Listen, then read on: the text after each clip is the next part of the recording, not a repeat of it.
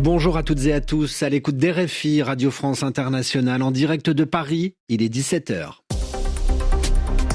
Le journal en français facile. Adrien Delgrange. 16h, temps universel, nous sommes le vendredi 17 janvier. À la une de cette édition, cet accord trouvé entre Israël et le Hamas. Il manquait le feu vert du cabinet de sécurité israélien. C'est désormais chose faite. Nous sommes pour cela à Jérusalem. Le cessez-le-feu devrait être appliqué à partir de dimanche, ce qui n'empêche pas l'armée israélienne de bombarder encore aujourd'hui Gaza. 88 morts en 24 heures d'après le ministère de la Santé du Hamas. Pendant ce temps-là, Emmanuel Macron est au Liban voisin. Le chef de l'État français est le premier président venu à Beyrouth soutenir les nouveaux dirigeants libanais. Dans ce journal aussi, après de nouvelles accusations d'agression sexuelle de l'abbé Pierre, l'Église demande l'ouverture d'une enquête à la justice. Et puis enfin, le prochain président des États-Unis demande à 3 stars d'être ses yeux et ses oreilles à Hollywood. 3 acteurs nommés ambassadeurs spéciaux de Donald Trump. Voilà pour les titres, soyez les bienvenus.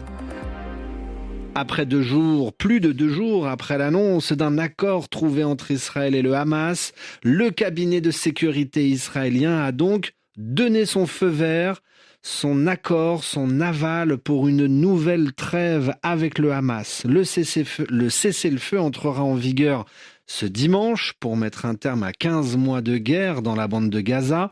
Cet accord permettra aussi la libération de certains otages israéliens et de détenus palestiniens.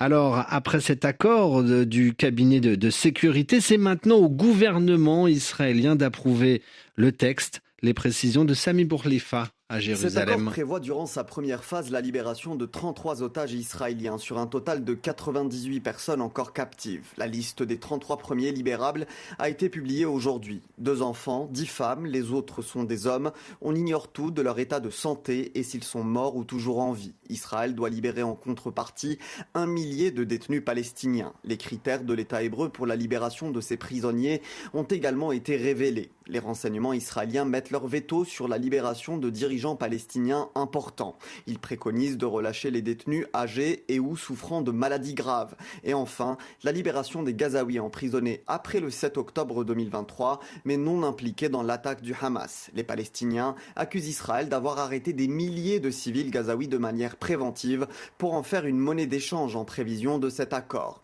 L'entrée en vigueur du cessez-le-feu sera accompagnée d'une entrée massive de l'aide humanitaire, 600 camions par jour, soit autant qu'avant la guerre. Sami Bourlifa, Jérusalem, RFI. Et à l'instant, Israël dit que 95 Palestiniens doivent être libérés dans le premier échange d'otages et prisonniers prévu ce week-end.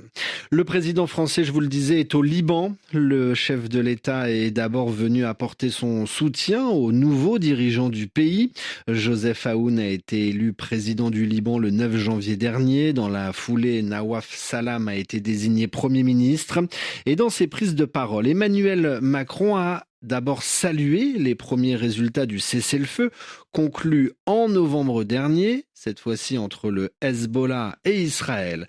Mais aux yeux du président français, il faut accélérer le processus et aboutir à un retrait total des forces israéliennes du sud Liban, ce qui n'est toujours pas le cas. L'accord de cessez-le-feu, nous le savons ici, a marqué la fin d'un engrenage de violence insupportable qui a causé de trop nombreuses souffrances pour les populations civiles des 2 côtés de la frontière. C'est un succès diplomatique précieux qui a permis de sauver des vies et que nous devons consolider.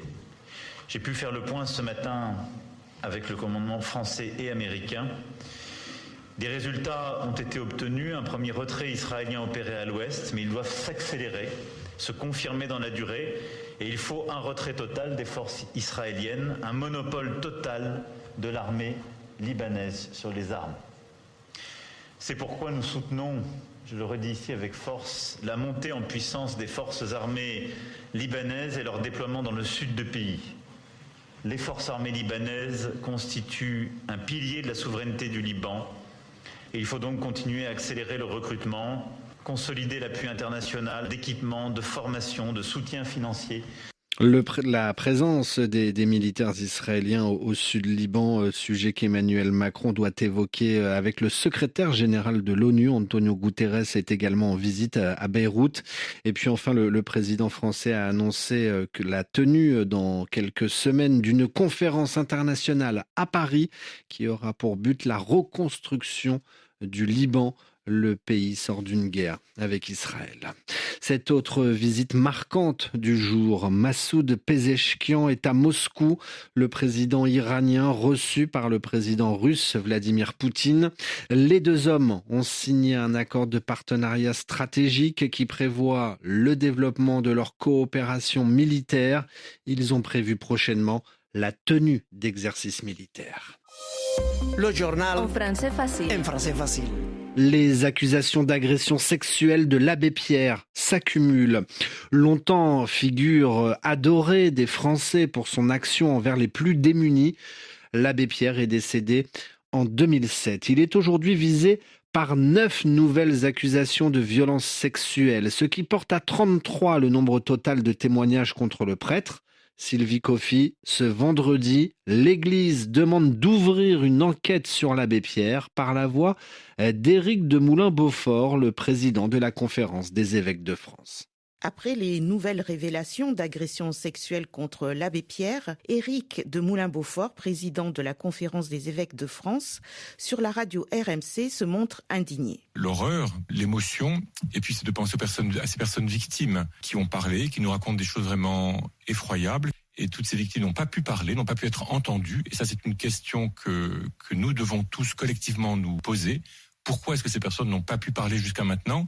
Ou parce qu'apparemment certaines ont parlé, elles n'ont pas été entendues. Il s'agit de comprendre comment l'abbé Pierre a pu agir pendant toutes ces années sans être inquiété. J'ai écrit un signalement au procureur de Paris pour lui demander de réfléchir à ouvrir une enquête sur l'abbé Pierre. Un avocat m'a expliqué qu'il était possible de le faire de manière à ce que on puisse enquêter sur d'autres victimes, sur d'éventuels complices et sur des non-dénonciations. Car après un troisième rapport, publié cette semaine par la commission d'enquête mandatée par Emmaüs, seule la justice dispose de plus de moyens pour permettre de connaître toute la vérité. Sylvie Coffy, RFI à Bogota, il est 11h08. Le président colombien stoppe les discussions avec l'ELN. Gustavo Petro annonce avoir suspendu les négociations de paix avec la guérilla de l'Armée de Libération Nationale. Décision prise à la suite d'une journée de violence durant laquelle quelques 30 personnes sont mortes à la frontière avec le Venezuela. Ce qu'a fait l'ELN dans la région de Catatumbo, ce sont des crimes de guerre.